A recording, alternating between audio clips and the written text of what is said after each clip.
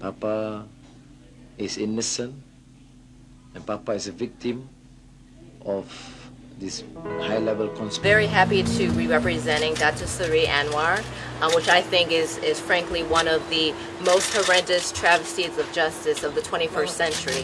And you know, as you guys are witnessing today, I've traveled thousands of miles simply to see my client, and I'm being denied access, which is another travesty of justice. Anwar is a political prisoner. He's a prisoner of conscience, and I'm very honored to be representing him internationally.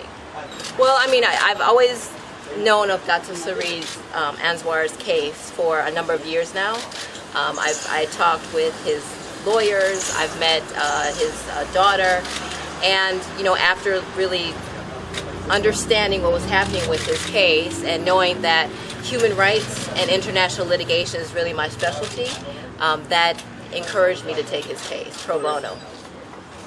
Well, I'll mainly be representing him on the detention and on his current criminal case, or on any other cases that he wants me to represent him on. And all my representation is pro bono. This is not sort of something I'm doing for money.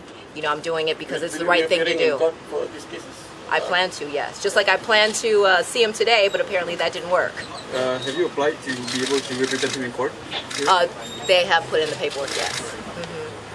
How long will you be based in Malaysia for this case? Well, I'll be coming back and forth as long as it takes. You know, frankly, I think it's real travesty that Anwar has been in prison for as long as he has. Anyone that knows anything about rule of law or justice, I think, would agree that what has happened to Dr. Suri Anwar is really a political issue more than a legal issue.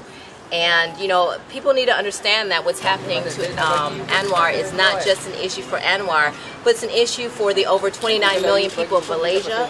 It is a global issue, which, frankly, I intend to talk very globally about the way that Dr. Suri Anwar has been treated within the legal system.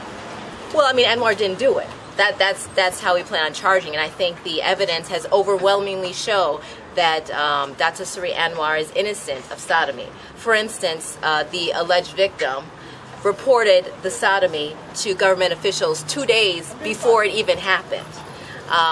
There was DNA evidence supposedly found on the alleged victim's clothing that was other than the clothing that he was wearing during the time that he was saying he was sodomized. The alleged victim's statements have been extremely inconsistent from beginning to end. The DNA has been inconsistent from beginning to end. The DNA was tampered with by police officers within the government, and that was testified to in court, which we're happy to share all that documentation with you all, so you don't have to take my word for it. You can see it in black and white for yourself. One thing is that Anwar's statements and his version of what has happened, the truth from Anwar has always been consistent, and that's the thing about the truth, right? The truth stays the same and lives change.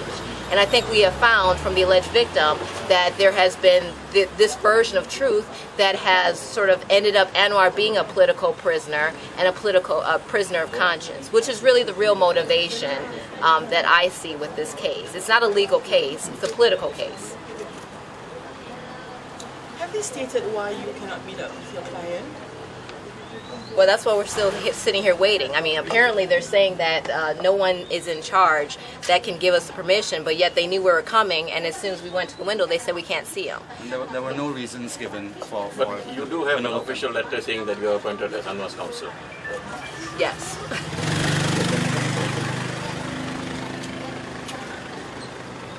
Do you have your certificate of legal practice to appear in Malaysian courts?